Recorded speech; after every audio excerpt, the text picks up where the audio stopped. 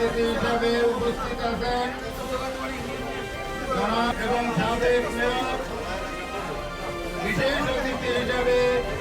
আসলে আমরা ইউনিয়নের নেতৃত্ব দেই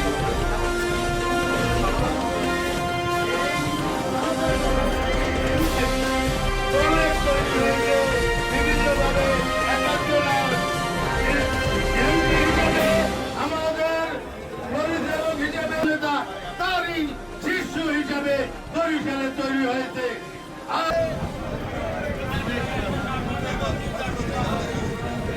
তখন কিন্তু তারা একটা আশ্বাস দিয়েছেন, একটা বিএনপি ঠিক একইভাবে